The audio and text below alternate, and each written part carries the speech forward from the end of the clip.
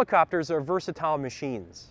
Nowhere is this more evident than in long-lining and external load operations.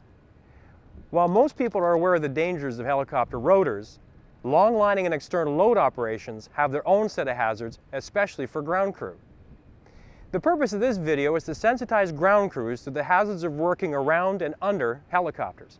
We talked with those involved in the industry. Here's what they had to say.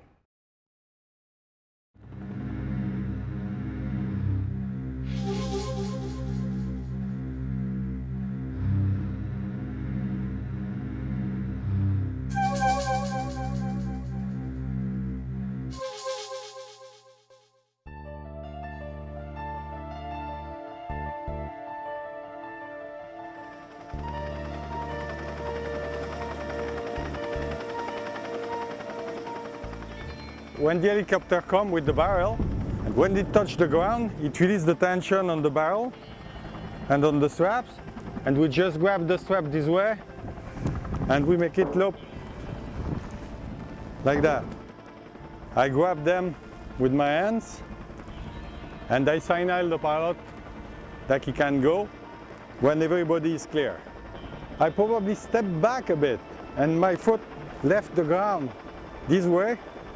And in stepping back, with the downdraft of the chopper, the straps on the ground just did that, and it caught me like that.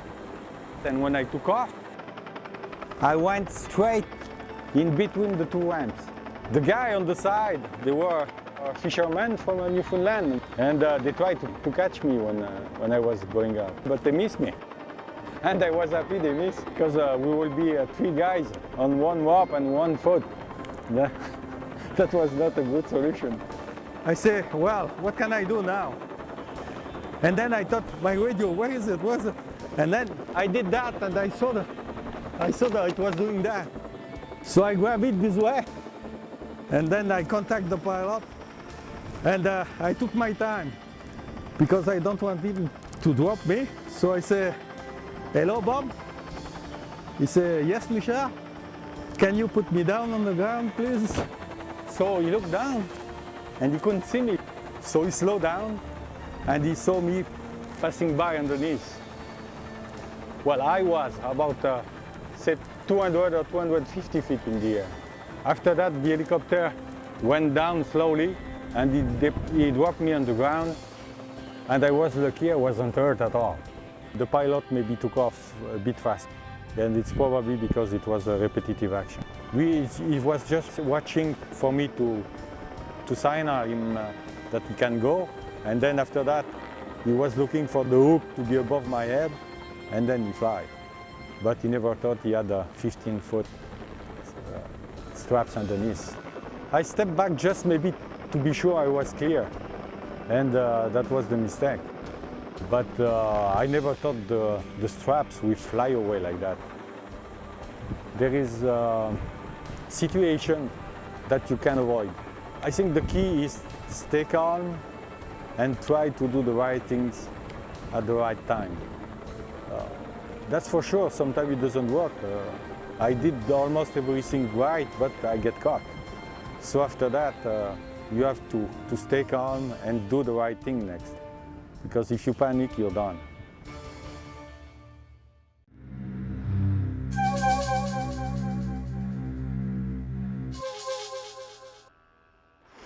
We're a three-person remote access heli attack firefighting crew. So we work on a lot of the smaller fires, and when there's lightning busts and all that kind of stuff.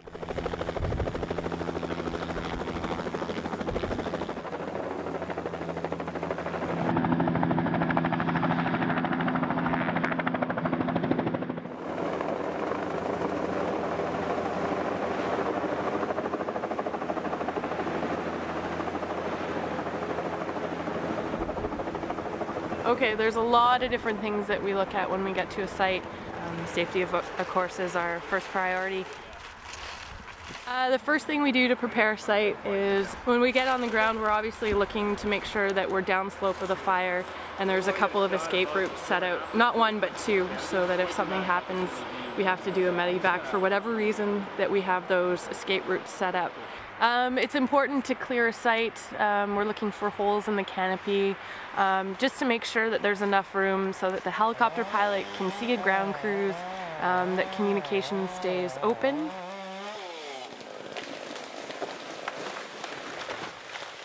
When you come into a place, what happens is any loose branches or debris that's floating around on the ground, whether that's anything from flagging tape to loose branches, it has potential of getting sucked up into the helicopter, into the rotors, and causing considerable damage to the helicopter, not only the safety to the ground crews and the pilots. Flagging tape, lunch boxes, water boxes, all that kind of stuff has to be properly stowed and dealt with.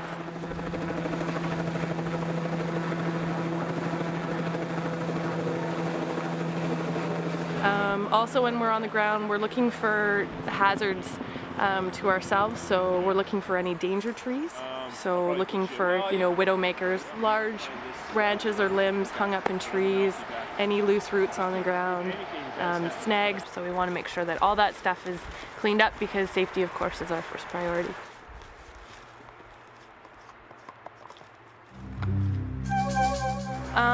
So yeah, the first thing we do before we get into a helicopter is, of course, we sit down with a pilot and we go over hand signals.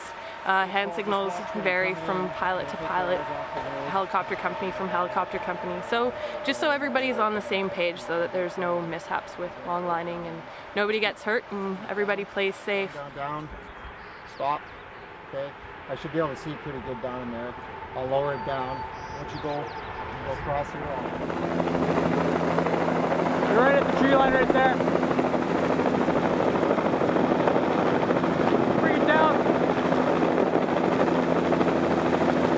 About 20 more feet. Yeah, you're level. Perfect. Okay, 6 more inches down.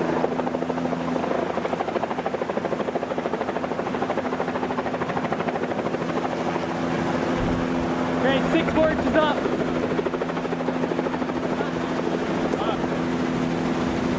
All right, bring her up. Level, that's perfect, perfect.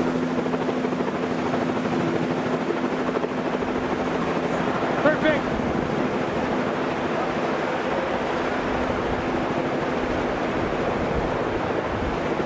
Thanks, bud. Yeah.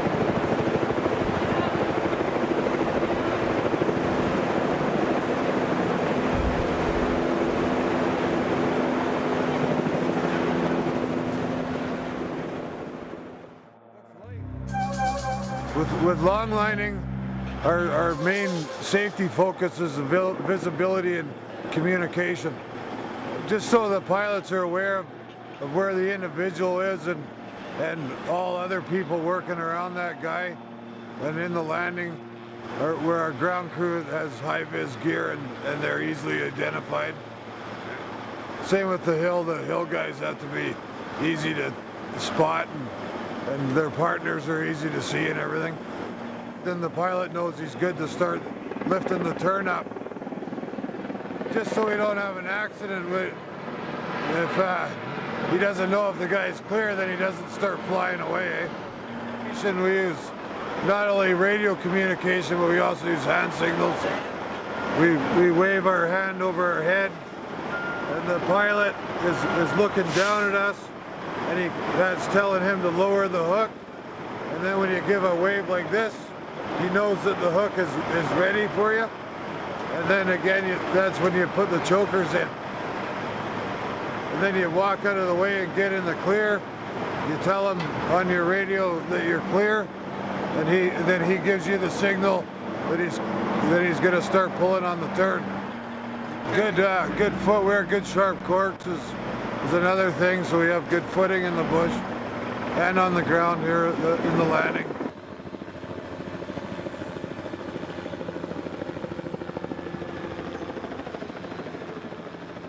It's on the mountain and in the landing.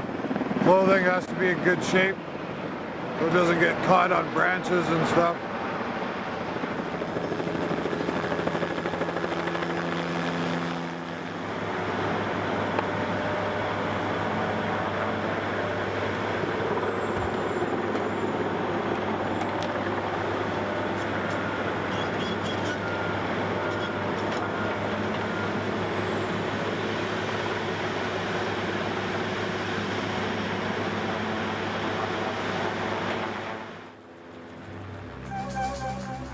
Landing size for me, since I work in the landing. Landing size is critical.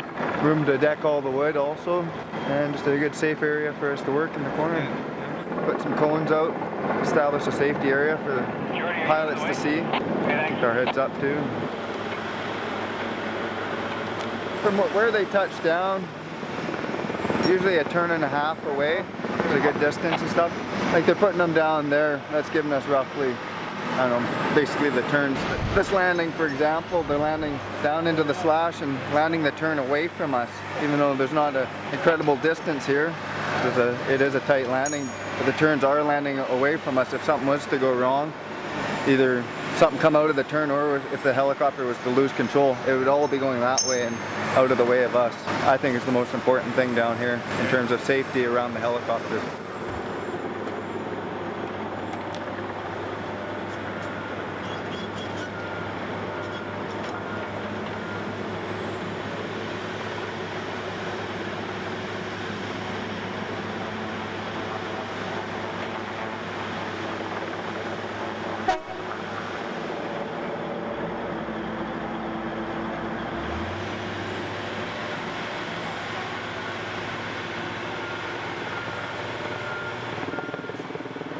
What do you like in a pilot? Land the turns nice and smooth right in front of me, so I don't have to run too far over the bank.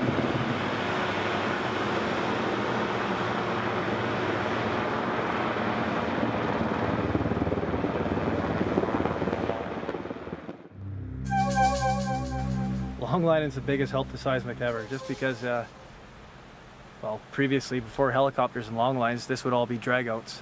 So all the seismic people would be basically muling this gear in. So long line enables us to cut down on manpower and essentially reduce the risks of basically all personal injury. So the only risk with the long line would be right here in staging, hooking up bags. But yeah, that's right, all our bags are pre-packed on the last job, then we just load them up this high boy, just so we can get to our next job and be pretty much prepared to go. So all we gotta do is add in our special bags and then we're good.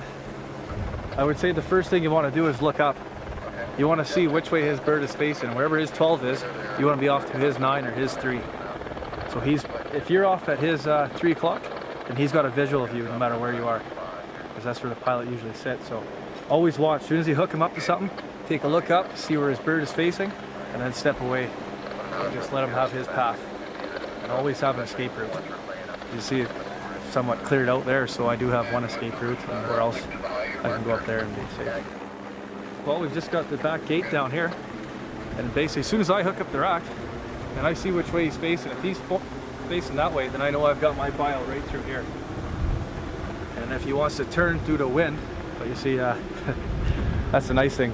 You got to feel where the wind is coming from too, right? Because the bird will always be facing the wind. So I know physically almost every time he'll be heading out that way right now. So, because these batteries are pretty heavy, I'll bring a truck over, load the batteries onto there, and then just put everything aside. Once it's up on the deck, then I'll come up here, move all my equipment up that I need out of my path, so I can exit. Yeah, I don't want to be caught with him with a full load.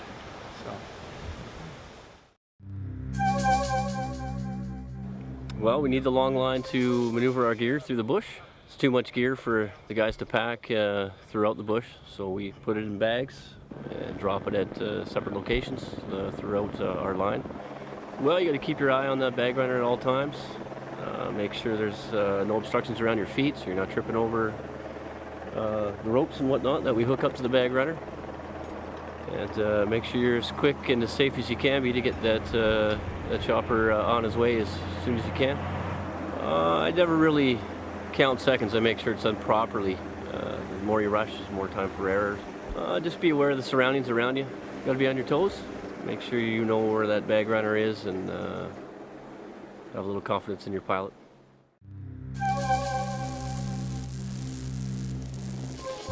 You must have a hard hat, obviously. The eye protection because of all the dust that gets kicked up. Earring protection because after a while you will go deaf. And we just, certain few unsaid rules I suppose, but most of it is protocol. But when he comes in, usually if I feel it's unsafe to grab it just because of weather, perhaps clouds and all the static that might come off the gravel pit, then I'll ask him to ground the bag runner. he'll just basically set it right on this bed right here, and as soon as I grab it, it's pretty much gone. It's good to go. Have I had a shock? Yeah, I've had a shock. It's not too nice sometimes. How do we do it? That's the only really way is when he grounds that bag runner. Unless if you think you're good to grab it, you can grab it, but you better hold on. But it's never really a big issue, you know, because it's once every 1,000 times maybe you grab that bag runner, but for the most part he'll ground it first.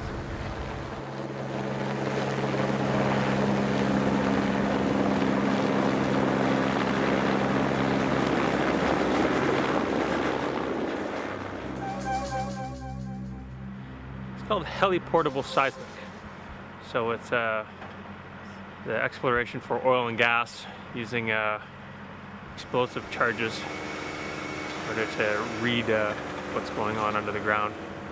The helicopter utilizes the long line to pick up the drilling equipment and place it where the drillers want their shots to be put in the ground, and we bring it to them. Using the external load window that we have, we fly the helicopter from the left side so that we can actually hang our body out of the bubble window that you see there.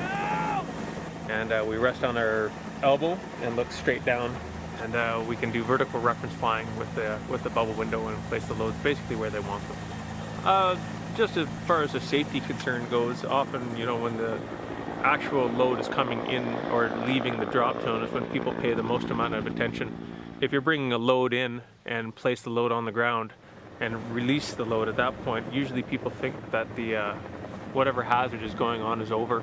And often the empty hook is kind of more hazardous than people make it out to be.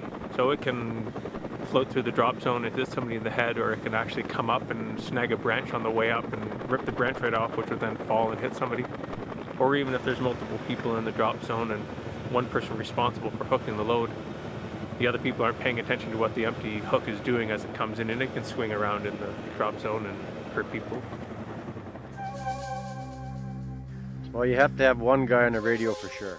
That is a must. If things happen on the ground that the pilots can't see, and there has to be one guy on the radio with communication with the pilot to let him know what's going on. That 15, is really important. 10, because sometimes things will happen and a rope will get jammed, or a bucket will get jammed, or lumber will get jammed. Down. And sometimes the odd person gets caught up, and you have to have a guy on the radio to make sure everything's free, so you give the signals for the helicopter to go, he can go. It comes natural. The load just comes down as soon as it's on the ground. Okay, you're clear. I'll be pulling the rope down. My partner's on the radio with communication with the pilot, and it works so well. It's the main thing I stressed before is the communication with the pilot. That's top priority. It's a heli-portable drop zone here, and basically what you see here, there's a little bit of a slope on it here, and as the helicopter brings it in, we'll always kind of stay off to the side, from the side that the helicopter will bring it in. In this case, he'll be bringing it in from this direction over here, so we'll kind of stay off to the side here, and always uphill from where the drill is going to be in case there's a problem if it comes off the long line or whatnot. And yeah, just pretty much keep an eye on the load at all times, and you can't take for granted. He may have done it 1,000 times, but nothing can be taken for granted. And if you have the luxury of a larger tree, maybe putting your back to it if you can. At the same time, keeping in mind of giving yourself an escape route, just for if any deadfall, the wind blows anything down, or. And this is one of our biggest dangers. You know, that load. To number one, never walk under that load when the helicopter's bringing it in. And yeah, safety is the number one issue for sure. Everything else is secondary. Myself, I've been underneath the machine when our crews are flying them, and to me it's like a war zone. It's typically loud, there's heavy equipment over top you all the time. It's a very, very dangerous environment, and people need to be vigilant about that environment. And repeat heavy lift, whether you're logging or seismic or any of those repeat heavy lift jobs, it's amazing the complacency that can happen with crews on the ground. And it's very, we stress to both the flight crew and the ground crew, it's not a walk in the park out there. You're working in a very dangerous environment and to stay on your toes at all times. Typical reaction to that environment is for people to rush, and we tell our flight crews to remind the ground crews on the radio that if they start to see a trend happening where guys are rushing, forgetting things, is to remind them we're here to play safe first and still continue the job, and to remind them to slow down and take the time to do it properly.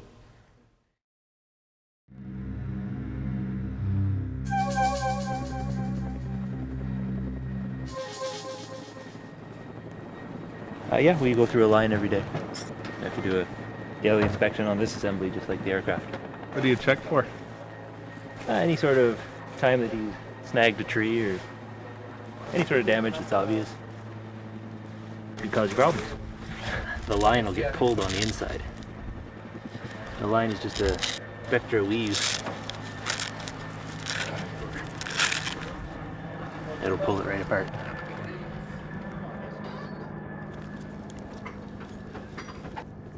But you check through the shackle areas and all the mounting assemblies. You look at all the suspension points, make sure there's nothing cracked or obvious damage. This is the main suspension bolt. There's the eye of the Spectra comes through here. And if any of this is damaged, you swap it out with your other line and attend to this one. Same at this end. This is your main eye up at the top. You look for deformities and wear. Check out your electrical connections.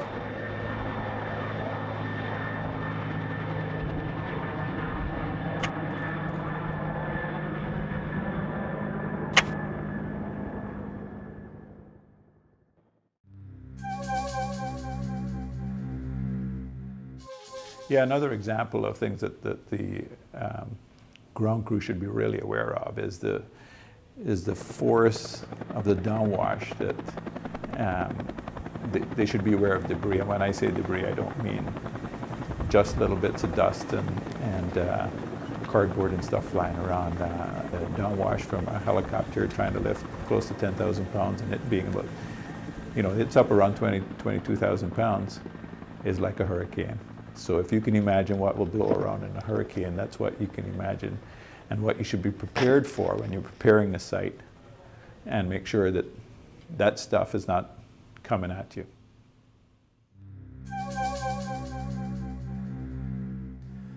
Part of your operational briefing should be first aid and what you're going to do in the event of an accident or an injury.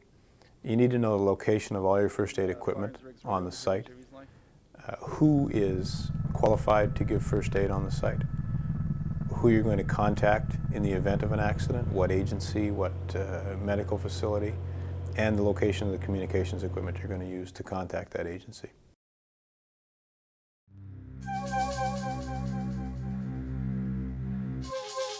First thing we'll check is make sure they're not wet. If they're wet, we'll hang them up to dry before we put them away.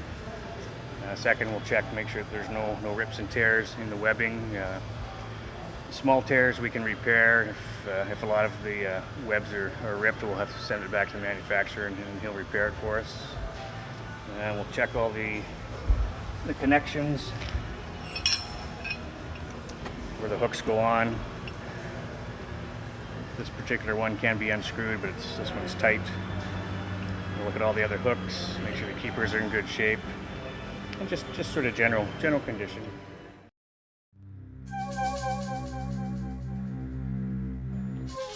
Winter conditions, you're dealing with wind chill, first of all. Even on the bright sunny days, there's a wind chill out factor to consider. Slippery conditions, ice, snow, deep snow, especially at remote areas. Blowing snow when the helicopter is hovering around you, landing, taking off. All those conditions you have to deal with.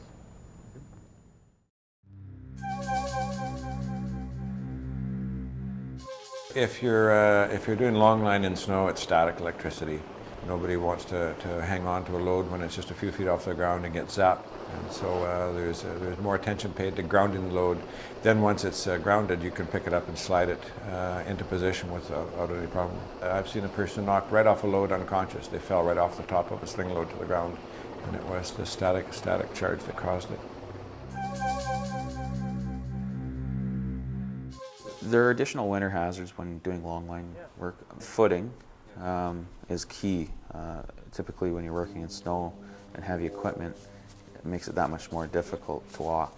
So we ask the ground crews to either stamp out the drop zone. It's typically a 4 meter by 4 meter size area, which may potentially eliminate trips and falls. Also, typically you're working minus 10, minus 20, sometimes up to minus 30. That rotor wash can make it feel like it's minus 40 or minus 50. So we ask the crews to watch each other for frostbite, because quite often when you're working, you're not realizing that you're getting frostbite. Vigilance and training, can't go wrong with either. We've covered a lot of the specific points, so rather than belabor those, the only thing I can do is reinforce to stay very aware. And I hate to overuse that word, but complacency is a terrible thing, particularly with crews who are veterans or who have been on the job for a long time on any given day. That it's worked fine for the past 50 pickups. There's no reason why it should be any different for the 51st. Well, every time you start a new pickup operation, all the hazards that were there with number 1 are there with number 51. And that's the reason why you have to stay aware all the time. The biggest risk for the ground crew is to lose your situational awareness, because it's windy under there, it's loud, there's pressure to get the job done. Usually the risk comes from doing things too quickly, and the member may slip and fall or hurt themselves or cut themselves or get hit with the load because they don't know the load's coming. They turn their backs to the load. It's very important that you keep your eyes on the load or on the empty hook at all times when you're a ground crew member.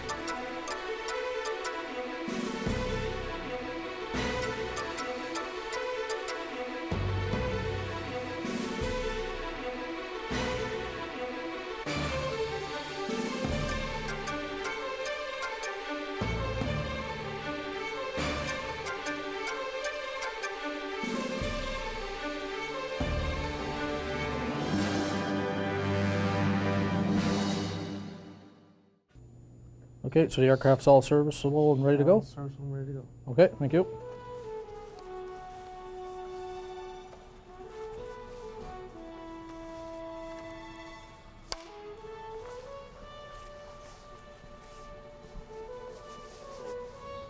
Okay, I guess what am I looking at when I get there, Bob?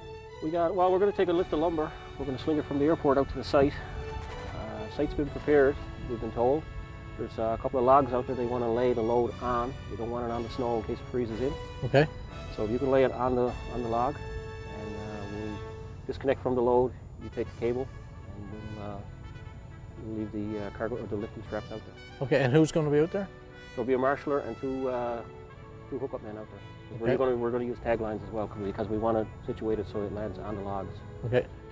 Area's been cleaned of FOD and Area's been checked for FOD. Area's been tamped down. It's a snow-covered area. It's right in against the trees. Yeah, we're going to use regular standard hand signals. I'll bring you in like this where I want the load. If we have to put the load down, I'll tell you where I want the load. Yep. I'll marshal you forward like this. I'll get you into a hover. I want you to move down. I want you to move up. Yep. I need you to fly away. I'll designate which direction I need you to go in. Okay, and to release the load? To release the load, we'll cross the throat. Okay, and that's only once the load is safely on the ground. Correct. I'll want you in front of the aircraft in the event of emergency. I want you to go turn around and immediately exit to the safe area, which we described in the pickup area. In the pickup area, yeah. Okay, and then I'll either back away or go off in the direction that you described. And the hookup men will follow me too, so we'll congregate in the safe area. You know where everybody is, and you move off to your designated area. Okay.